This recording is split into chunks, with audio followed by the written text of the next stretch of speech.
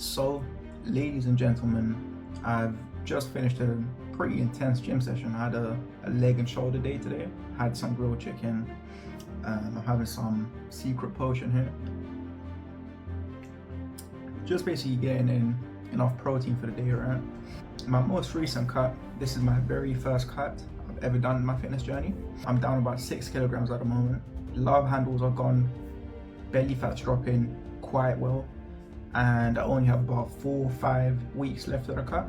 So after I came back from the gym, I was kind of thinking I wanted to sit down and talk to the camera about exactly how I'm kind of going about my cut, right?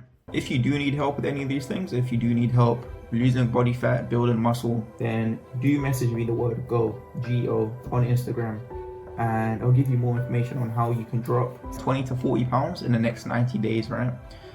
I want to sit down and talk about how I'm basically eating anything that I want, and I'll start losing over 1 kilogram of weight, or fat, every single week, right? That equates to about 2.2 pounds if you're in America or wherever else you guys use pounds. But yeah, this video is going to be basically about how I am losing over 2.2 pounds or 1 kilogram of weight every single week while eating anything that I want, right? So to kind of jump straight into it, the very first thing and the most important thing that kind of dictates any certain cut that you go on, any certain cut, or if you're just looking to lose fat, the most important thing is always going to be calories in versus calories out, right? So if you're eating less calories than you're burning in a day, then you're going to end up losing weight, right? If you're eating more calories than you're burning in a day, the net calories will be a surplus, right? So you're basically going to gain weight. Now, the most important thing you need to consider when you're cutting, when you want to burn fat, when you want to lose those love handles, is how many calories you're eating in a single day, right? So if you're eating less calories than you're burning, you're going to be losing weight. And that's kind of the very first thing you need to consider, is no matter what I'm eating, whether it's chicken, whether it's burgers, if it's pizzas, whatever, right? Whatever I want to eat, as long as it's in a calorie deficit, at the end of the day, I'm going to lose weight, right?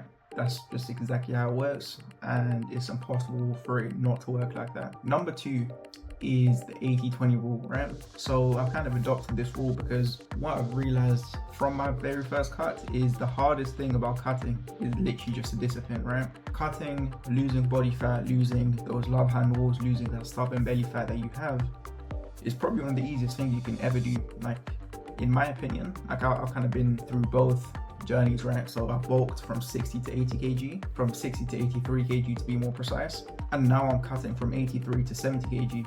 It's been about 2.5 weeks, 3 weeks almost down with my cut. I've lost, like I said, 6 kg so far, so it's slightly over 1 kilogram a week. And what I've realized is cutting is stupid simple, right? Like, cutting is extremely easy. Obviously, this is more of a personal preference thing or personal opinion. A lot of people think gaining weight is easier, a lot of people think losing weight is easier, but now that I've kind of been on both sides of the spectrum, I'm able to kind of understand why a lot of people struggle with losing weight, right? Like, literally a few days into my cut, I was like, you know what, I'm really craving some burgers, so I went out and got some burgers, right?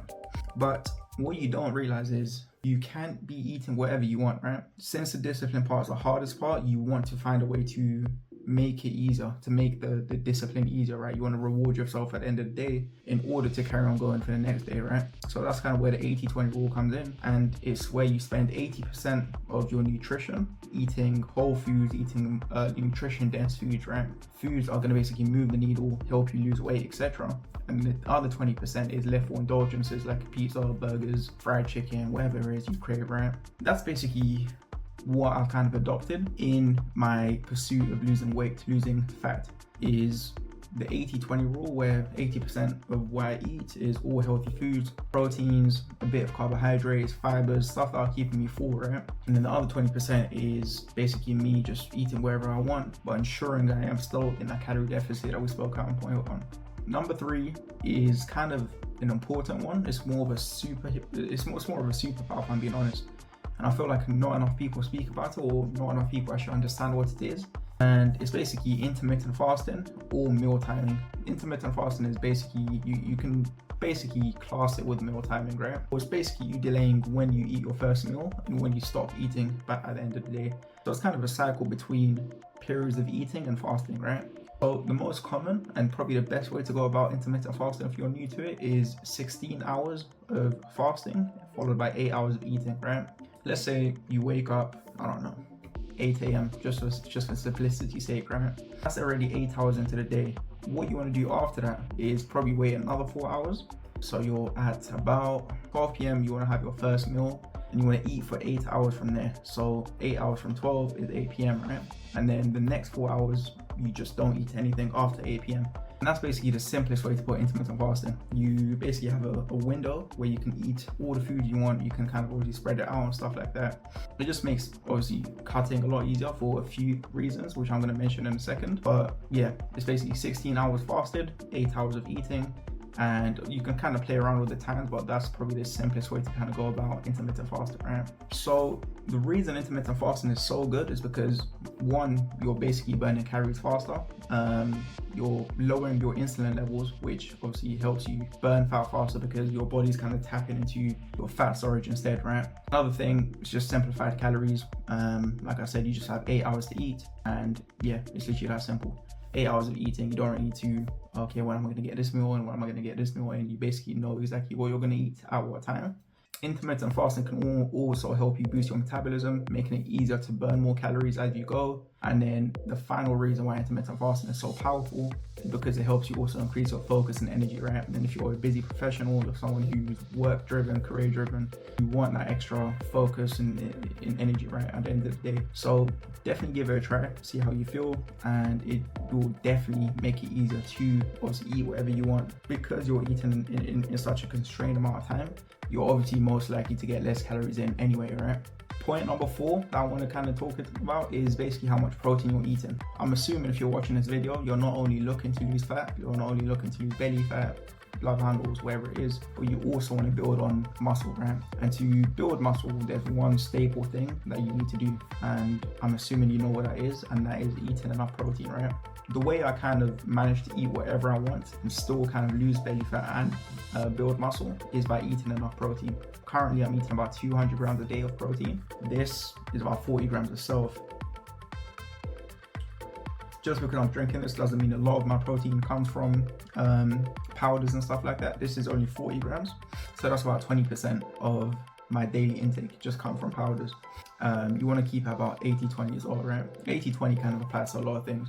But the reason, obviously, you do want to eat enough protein is, one, it kind of boosts your satiety, right?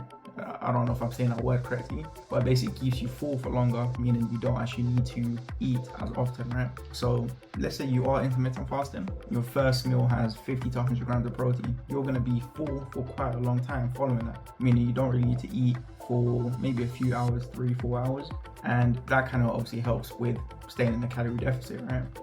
Again, the first point I spoke about, you're preserving muscle while also building muscle. It's kind of hard to build muscle while on a cut, but you can build a slight bit of muscle while obviously cutting down weight, cutting down fat and stuff like that. And then the third reason why you do want to eat protein is because it does speed up your metabolism by quite a bit, right?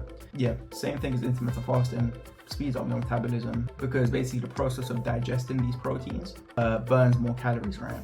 So yeah, that's basically it. Point number 4, you want to make sure you're eating enough protein, and then anything after that is basically, you can basically eat whatever you want after that, right? So yeah, point number 5. Point number 5 is something quite ironic, something that I'm pretty sure most people kind of preach about. I did kind of make fun of it in one of my last videos, but it's sustainability, right? At the end of the day, like I said, the hardest thing of a cut is the discipline, right? Being disciplined enough not to pick up the fork or not to pick up that piece of fried chicken, not to pick up, I don't know, shawarma, whatever it is. I'm just kind of talking from my cravings at the moment. In order to actually achieve your fitness goals, you want to be consistent, right? You want to be consistent and sustainable for a period of time. And that period of time, from what I teach at least, is 6 to 8 weeks, right? 6 to 8 weeks. Because anything more than that, you're going to be losing a lot of muscle mass, which you don't want to do. So basically, eating whatever I want helps with sustainability, right? Like if I go 6 to 8 weeks without eating anything that I like, it's probably going to be very, very depressing, right?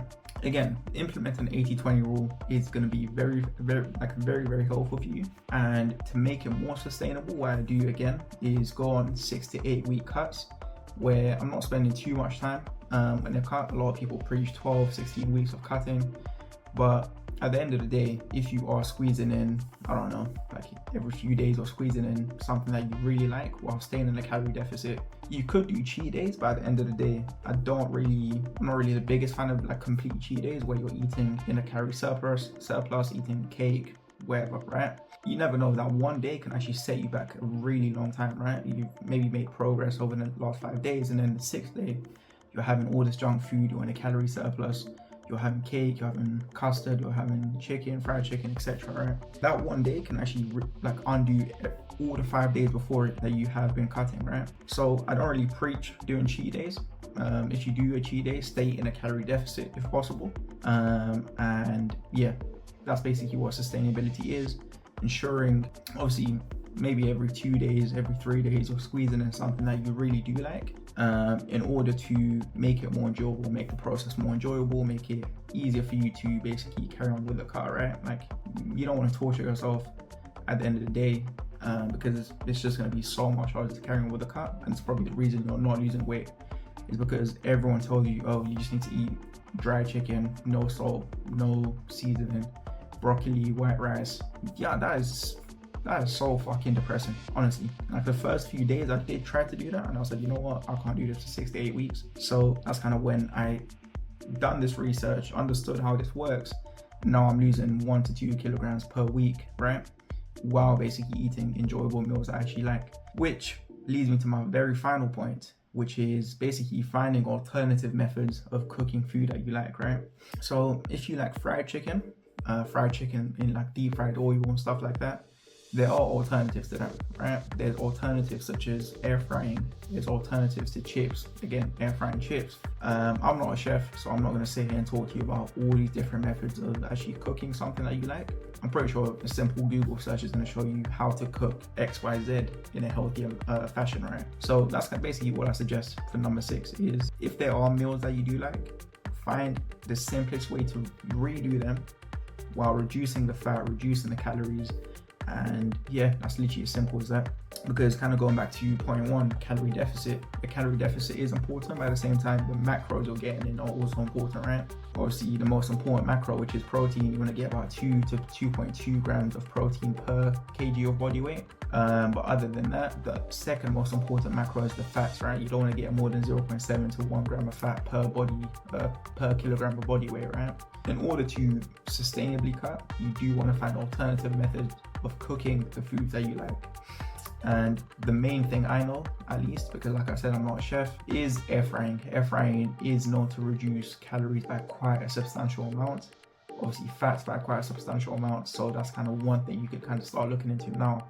So again, that's basically been the video of how I eat anything I want, and I'm still losing 1 to 2 kilograms of body fat every single week, right? If you do need help kind of implementing a strategy like this, or if you do need some more one-to-one support, do message me the word GO on Instagram, so just GO, and I'll be more than happy to give you more information on how you can lose 20 to 40 pounds of fat in the next 90 days, right? It's something we've helped dozens of clients do. For example, this one here, and it's something I'm more than happy to also help you do, right? So again, if that sounds interesting to you, just DM me the word GO on Instagram. The link's going to be in the bio.